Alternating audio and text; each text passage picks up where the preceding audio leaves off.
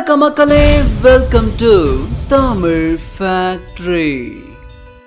இப்போ நான் உங்ககிட்ட நாம வாழும் இந்த பூமி எப்படி உருவாச்சு, அதுல உயிர்கள் எப்படி தோன்றியது, நாம இன்னைக்கு இருக்கிற இந்த நிலைக்கு எப்படி வந்தோம், நம்ம எதிர்காலம் எப்படி இருக்குங்கிற ரகசியம், இப்படி அனைத்தும் ஒரு புராண கதையில இருக்குன்னு சொன்னா உங்களால நம்ப முடியுமா?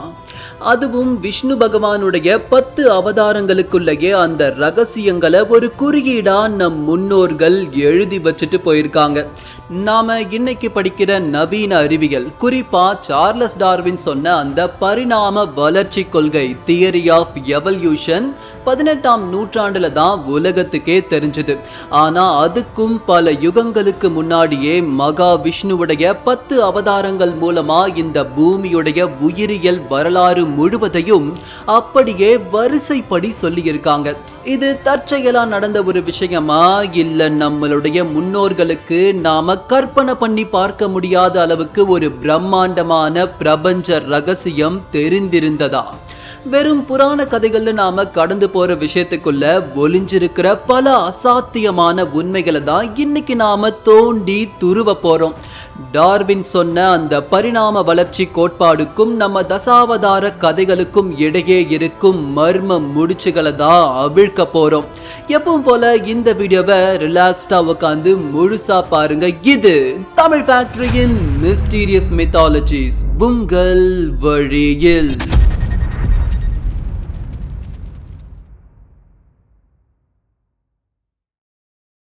முதல்ல நாம சார்லஸ் டார்வின் அப்படி என்னதான் சொன்னாருன்னு சுருக்கமா பார்த்துடலாம்.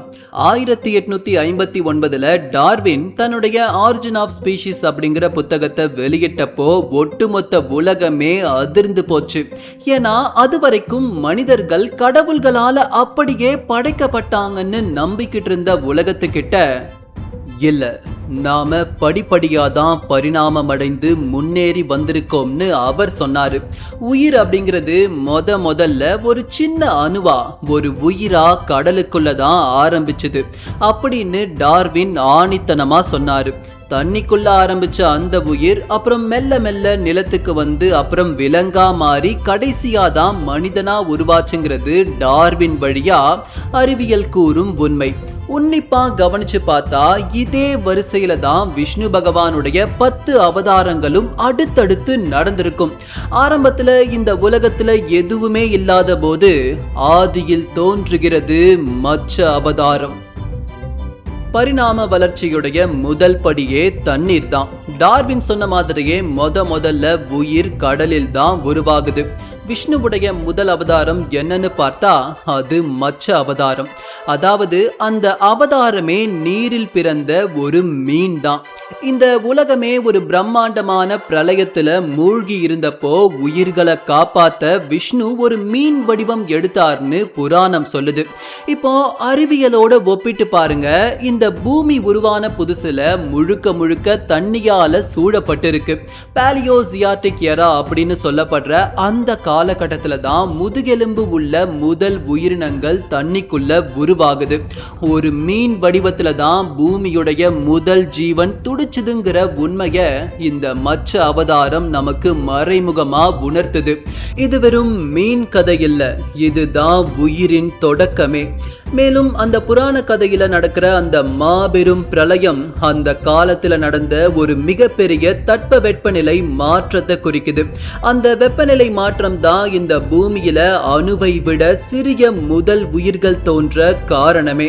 தண்ணீர் இல்லாம இன்னைக்கு எந்த உயிரும் இல்லை. அந்த தண்ணிக்குள்ளதான் நாம முதல்ல பிறந்தோம் அப்படிங்கிற ஆதி ரகசியத்தை முதல் அவதாரத்துக்குள்ளேயே நம்ம முன்னோர்கள் ஒளிச்சு வச்சிருக்காங்க. கூர்ம அவதாரம். அடுத்த கட்டமா தண்ணிக்குள்ளேயே இருந்த உயிர் மெல்ல மெல்ல நிலத்தை நோக்கி நகர ஆரம்பிக்குது. இதை தான் அறிவியல்ல ஆம்பிபியன்ஸ் அப்படின்னு சொல்றாங்க. அதாவது நீரிலும் நிலத்திலும் வாழக்கூடிய உயிரினங்கள். விஷ்ணுவுடைய இரண்டாவது அவதாரம் கூர்ம அவதாரம், அதாவது ஆமை. ஆமை எப்படிப்பட்டது? அது நிலத்துக்குள்ளேயும் இருக்கும், நீருக்குள்ளேயும் இருக்கும். தேவர்களும் அசுரர்களும் பார்க்கடலை கடைஞ்சு அமிர்தம் எடுக்க முயற்சி பண்ணப்போ மந்தார மலையை தாங்கி பிடிக்க ஒரு ஆமையா விஷ்ணு வந்தாருன்னு கதைகள் சொல்லுது.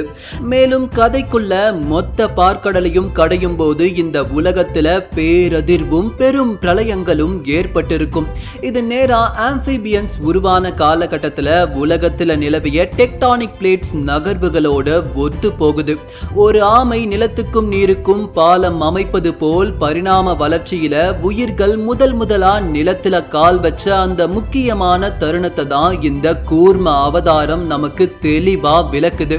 ஒரு நிலையற்ற நீர்நிலையிலிருந்து ஒரு நிலையான நிலத்திற்கு உயிர் மாறிய அந்த இடைப்பட்ட காலம்தான் இந்த கூர்ம அவதாரம். உயிரினங்கள் நிலத்துல கால் வச்சாச்சு. அடுத்ததா முழுமையா நிலத்துல வாழக்கூடிய விலங்குகள் உருவாகணும். இதுதான் விஷ்ணுவின் 3வது அவதாரம் சொல்லுது. வராக அவதாரம்னா அது காட்டு பன்றி உருவத்தை தான் குறிக்கும். பூமியின் உருவம் கொண்ட பூமாதேவிய ஒரு அரக்கன் கடலுக்கடியில கொண்டு போய் ஒளிச்சு வச்சப்போ விஷ்ணு ஒரு பன்றி உருவம் எடுத்து தன்னுடைய கொம்புகளால் பூமியை தூக்கிக்கிட்டு மேல வந்தார்னு புராண கதைகள் சொல்லுது. இது எக்ஸாக்டா தண்ணிக்குள்ள இருந்த நிலப்பகுதிகள் வெளியே வந்ததையும் நீரில் வாழக்கூடிய விலங்குகள் தண்ணீரை விட்டு வெளியே வந்த போது முழுமையான பாலூட்டிகளா மேமல்ஸா வாழ ஆரம்பிச்ச காலகட்டத்தை தான் இது குறிக்குது. பன்றி அப்படிங்கிறது நிலத்தை கிளறி வாழக்கூடிய ஒரு விலங்கு. அதாவது நிலத்துல உயிர் முழுமையா நிலை பெற்று விட்டது அப்படிங்கிறதுக்கு இதுதான் அடையாளம். ஆமை மாதிரி பாதி நேரத்தை கடல்ல செலவிடாம முழுக்க தரைக்கு வந்த அந்த உயிரியல் மாற்றத்தை தான் வராக அவதாரம் ரகசியமா நமக்கு சொல்லுது. நரசிம்ம அவதாரம். இப்போ நாம ஒரு பயங்கரமான அதே நேரம் ஆச்சரியமான ஒரு கட்டத்துக்கு வரும். விலங்குகள் உருவாகியாச்சு, ஆனா மனிதன் இன்னும் வளரல. இந்த இடைப்பட்ட காலத்தை தான் டார்வின் மிஸ்ஸிங் லிங்க் அப்படின்னு சொல்றாரு. அதாவது ஒரு முழுமையான விலங்குக்கும் ஒரு முழுமையான மனிதனுக்கும் இடையில ஏதோ ஒரு உயிரினம் இருந்திருக்கணும்னு அறிவியல் இன்னைக்கு வரைக்கும் தேடிக்கிட்டு இருக்கு. ஆனா நம்ம புராணங்கள் அந்த மிஸ்ஸிங் லிங்க அப்பவே நரசிம்மர் மூலமா காட்டிடுச்சு. பாதி சிங்கம் பாதி மனிதன். இதோடைய அர்த்தம் என்ன? ஒரு உயிரினம் தன்னுடைய மிருகத்தனமான குணங்கள்ல இருந்து விடுபட்டு மெல்ல மெல்ல மனித உணர்வுகளுக்கு மாற ஆரம்பிச்ச டிரான்சிஷன் பீரியட். அந்த போராட்டத்தை தான் நரசிம்ம அவதாரம் விளக்குது. இரண்யகசிவ வதம் பண்ணும்போது நரசிம்மர் காட்டும் அந்த உக்ரம் ஒரு ஆதி மனிதனுடைய வேட்டை குணத்தையும், அதே சமயம் பிரகலாதனை பார்த்து அவர் காட்டும் அந்த அன்பு மனிதனுக்கே உரிய அந்த கருணையையும் காட்டுது. அறிவியல்ல சொல்லப்படுற ஆந்த்ரோபோமோர்பிசம், அதாவது குரங்கு மனித உருவம் பெற தொடங்கிய அந்த ஆரம்ப கட்டத்தை இந்த அவதாரம் அவ்வளவு நுணுக்கமா சொல்லி இருக்கு. அந்த நகங்களும் அந்த கர்ஜனையும் தான் விலங்கு குணத்தில இருந்து நாகரிகத்தை நோக்கி நாம எடுத்து வச்ச முதல் அடி. வாமன அவதாரம். அடுத்துதான் உண்மையான ஆச்சரியமே ஆரம்பிக்குது. நரசிம்மருக்கு அப்புறம் வர்ற அவதாரம் வாமன அவதாரம். இந்த வாமன அவதாரத்துடைய தோற்றத்தை பார்த்தீங்கன்னா அது ரொம்பவே குள்ளமா இருக்கும். இது குனிஞ்சு கைகளை தரையில் ஊனி நடந்துகிட்டு இருந்த மனித மூதாதையர் நிமிர்ந்து பார்க்க முயற்சி பண்ண அந்த காலகட்டத்தை குறிக்குது. அந்த காலகட்டத்தில் மனிதன் குள்ளமா தான் இருந்திருக்கான். பரிணாம வளர்ச்சியில ஹோமோ ஹெபிலிஸ் அல்லது ஹோமோ எரெக்டஸ் அப்படின்னு சொல்லப்படுற ஆரம்ப கால மனிதர்கள் இப்ப இருக்கிற நம்மளை விட உருவத்துல ரொம்ப குள்ளமா தான் இருந்திருக்காங்கன்னு தொல்பொருள் ஆராய்ச்சிகள் நமக்கு சொல்லுது. அந்த மனிதர்கள் இன்னும் முழுசா நிமிர்ந்து நடக்க கூட கத்துக்காத அந்த காலகட்டத்தை தான் இந்த அவதாரம் குறிக்குது.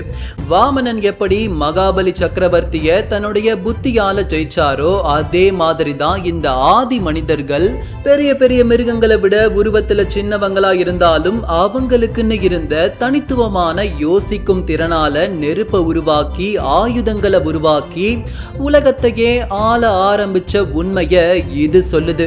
உருவத்துல சின்னதா இருந்தாலும் தான் பெற்ற அறிவால உலகத்தையே அளக்க போகும் மனிதனின் அந்த அபாரமான வளர்ச்சியை தான் வாமன அவதாரம் சொல்லுது. பரசுராம அவதாரம். மனிதன் உருவாயிட்டான். ஆனா அவன் இன்னும் காட்டுல தான் வாழ்ந்துகிட்டு இருக்கான். அவனுக்கு கல்லை கொண்டு தாக்க தெரியும், ஆனா அதை ஆயுதமா மாத்த தெரியாது. விஷ்ணுவுடைய இந்த பரசுராம அவதாரம் மனிதன் ஆயுதங்களை உருவாக்க கத்துக்கிட்டு அதை கொண்டு வேட்டையாடிய காலத்தை தான் குறிக்குது. பரசுராமர் தன்னுடைய கையில ஒரு கோடாரியை எப்போதுமே வச்சிருப்பாரு. கோடாரி ஆரம்ப காலத்துல மனிதன் உருவாக்கிய ஒரு முக்கியமான ஆயுதம். காடுகளை அடிச்சு நிலமாக்கி தனக்குன்னு ஒரு வீடை உருவாக்கி நாகரீகத்துடைய ஆரம்ப கட்டம் வளரும் காலம் அது. மேலும் கதையில பரசுராமர் எப்போதும் கோபத்தோடையே தான் இருப்பாரு. தப்பு பண்ண 21 தலைமுறை அரசர்களை வதம் பண்ணி இருப்பாரு. இது எதை குறிக்குதுன்னா, மனித சமுதாயத்துல முதலா ஆல்பா அப்படிங்கிற ஒரு விஷயம் உருவானதை குறிக்குது. ஒரு குழுவுல யாரு பலசாலியோ அவங்க தான் தலைவன். தலைவனுடைய வேலை குழுவை பாதுகாக்கிறது. தனக்குன்னு ஒரு தலைவனை தேர்ந்தெடுக்கிற வழக்கமும், தன்னை நம்பி உள்ளவங்களை காப்பாத்த ஆயுதத்தை நம்பியிருந்த மனித இனத்துடைய அந்த கடினமான காட்டு வாழ்க்கையை தான் பரசுராம அவதாரம் பிரதிபலிக்குது. ராம அவதாரம். இப்போ உலகம் மாறுது. காடுகள் போய் நாடுகள் உருவாக ஆரம்பிக்குது. மனிதன் தன்னுடைய கோபத்தை குறைச்சிக்கிட்டு ஒரு ஒழுக்கமான சமூகத்தை உருவாக்க நினைக்கிறான். இதுதான் ஹோமோசெப்பியன்ஸ் அப்படிங்கிற நாம ஒரு நாகரிகமான சமூகமா மாறிய காலம். ராம அவதாரத்தை மரியாத புருஷோத்தமன் அப்படின்னு சொல்றாங்க. அதாவது நெறிமுறைகளை பின்பற்றும் உயர்ந்த மனிதன்னு இதற்கு அர்த்தம். அதாவது மனிதன் நாகரிகமா ஒரு அமைதியான வாழ்க்கைய வாழ ஆரம்பித்தது ராமருடைய காலம். ராமர் வெறும் வீரத்தை மட்டும் காட்டல, தர்மம் அப்படிங்கிற ஒரு சட்டத்தை உருவாக்குறாரு. ஒரு குடும்பம் எப்படி இருக்கணும், ஒரு அரசன் எப்படி இருக்கணும், ஒரு சமுதாயம் எப்படி இயங்கணும்னு மனுஷன் முதலா சட்ட திட்டங்களை வகுத்த அந்த காலத்தை தான் ராமாயணம் சொல்லுது. டார்வின் சொன்ன பரிணாம வளர்ச்சியில இது சோசியல் எவல்யூஷன். அதாவது உடல் அளவு மட்டும் இல்லாம மனதளவிலையும் மனிதன் எவ்வளவு உயர்ந்துட்டான் அப்படிங்கிறதுக்கு ராமர் தான் மிகப்பெரிய உதாரணம். கிருஷ்ண அவதாரம். ராமர் ஒரு நேர்கோட்ல போற தர்மத்தை போதிச்சார்னா, கிருஷ்ணர் இந்த உலகத்துடைய யதார்த்தத்தை எடுத்து கொடுக்கிறாரு. பரிணாம வளர்ச்சியில அறிவு உச்சத்தை தொட்ட ஒரு காலம் இது. இப்போ ஆயுதங்களை விட அறிவுக்கு தான் மதிப்பு அதிகம். போர்க்களத்துல கிருஷ்ணர் ஆயுதம் ஏந்தாமலேயே மகாபாரத போரையே தன் அறிவை கொண்டு வென்றெடுப்பாரு. இதுதான் மனித மூளையுடைய அசாத்தியமான வளர்ச்சி. தத்துவம், அரசியல், ராஜதந்திரம், காதல்னு மனிதனுடைய எல்லா உணர்ச்சிகளும் ஒரு முழுமையை அடையும் அந்த நிலையை தான் கிருஷ்ணர் பிரதிபலிக்கிறாரு. இன்டெலெக்சுவல் எவல்யூஷன் அப்படின்னு சொல்லப்படுற அந்த புத்திசாலித்தனமான மனிதனுடைய வளர்ச்சியை தான் நாம இங்க பாக்குறோம். இனிமே பலம் முக்கியம் இல்ல, அந்த பலத்தை எப்படி பயன்படுத்தணும்னு சொல்லி கொடுக்கிற புத்தி தான் முக்கியம்னு கிருஷ்ணர் உலகத்துக்கே உணர்த்துறாரு. கீதை அப்படிங்கிற ஒரு மகா தத்துவம் சொல்லும் மனித அறிவு தான் பரிணாமத்தின் உச்சம். பலராமர் அவதாரம். மனித வரலாற்றுல விவசாயம் அப்படிங்கிறதும் அவன் நாகரிகமானதுக்கு ஒரு அடிப்படை காரணம். இங்க பலராமருடைய முதல் ஆயுதமே கலப்பை தான். ஒரு அரசன் அல்லது வீரன் எதற்காக கலப்பைய ஆயுதமா வச்சிருக்கணும்? வேட்டையாடி திரிந்த மனிதன் ஒரு இடத்துல தங்கி நிலத்தை உழுது பயிர் செய்ய ஆரம்பித்த அந்த காலத்தை தான் பலராமருடைய அவதாரம் குறிக்குது. விவசாயம் வந்த பிறகு ஊர்கள் உருவாச்சு, நாகரிகம் வளர்ந்துச்சு. இன்னைக்கு நாம சாப்பிடுற அத்தனைக்கும் ஆரம்ப புள்ளி அந்த கலப்பை தான். நிலத்தை வசப்படுத்தி பண்படுத்த கத்துக்கிட்ட மனிதனுடைய அந்த உன்னதமான வளர்ச்சியை, அந்த செட்டில்டு லைஃபை இந்த அவதாரம் அழகா விளக்குது. இந்த ஒரே கதையில கிருஷ்ணரும் ஒரு யாதவராக இருந்து மாடு மேய்த்து உழவில் ஈடுபடுவது விவசாயம் அறிந்த மனித சமூகத்தின் நாகரிக வளர்ச்சியை தான் குறிக்குது.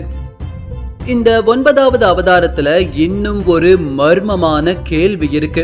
பல பேர் விஷ்ணுவுடைய 9வது அவதாரமே புத்தர் தான் சொல்றாங்க. மேலும் பலராமர் அவதாரம் ஆதிசேஷனுடைய மறு அவதாரமாகவும் பார்க்கப்படுது. இந்த கருத்து வேறுபாடுக்கும் கதை வேறுபாடுக்கும் விடை தெரிஞ்சா கீழே கமெண்ட் செக்ஷன்ல சொல்லுங்க.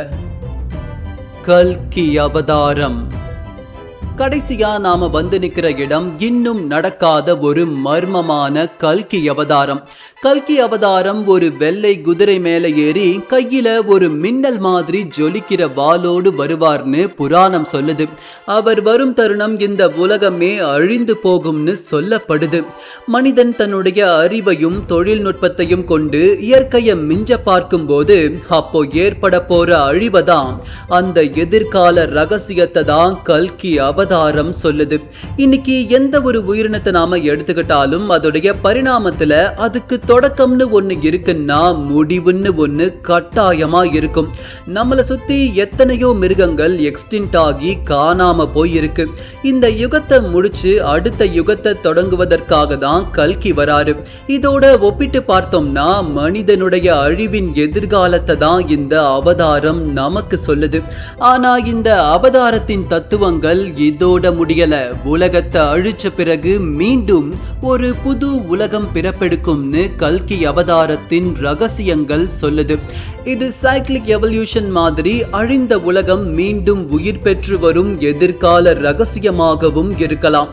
உலகம் முடியும் போது மீண்டும் ஒரு புது உலகம் பிறக்கும்னு ஒரு எதிர்கால ரகசியத்தையும் இந்த கல்கி அவதாரம் தனக்குள்ள ஒளிச்சு வச்சிருக்கு.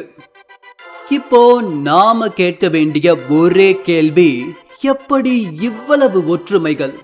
சார்லஸ் டார்வின் 200 வருஷங்களுக்கு முன்னாடி சொன்ன அந்த அறிவியல் உண்மைகளை எப்படி ஆயிரக்கணக்கான வருடங்களுக்கு முன்னாடியே அதுவும் வரிசை மாறாம புராணங்கள்ல எழுதி வச்சாங்க. கடல்ல மீனா ஆரம்பிக்கும் அவதாரம் நிலத்துக்கு வந்து விலங்கா மாறி அதுக்கப்புறம் கருவிகளை கண்டுபிடிச்சு விவசாயம் செஞ்சு கடைசியில அறிவை கொண்டே உலகத்தை ஆளும் இடத்துக்கு வருது. டார்வின் சொல்லாத இன்னும் பல விஷயங்களை புராணம் சொல்லி இருக்கு. ஒருவேளை நம்ம முன்னோர்கள் அறிவியலையே ஒரு கதையா நமக்கு சொல்லிட்டு போயிருக்காங்களா? இந்த ரகசியங்களை பத்தி நீங்க என்ன நினைக்கிறீங்க? உங்களுடைய கருத்துக்களை கீழே கமெண்ட் செக்ஷன்ல சொல்லுங்க. இதுபோல் பார்க்க வேண்டிய மர்மங்கள் பல ஆயிரம். உங்கள் ஆதரவு எங்களுக்கு உற்சாகம் தரும். தாமதம் வேண்டாம், இப்போதே இணைந்திடுங்கள் தமிழ் ஃபேக்டரியுடன். விரைவில் சந்திக்கிறேன். நன்றி.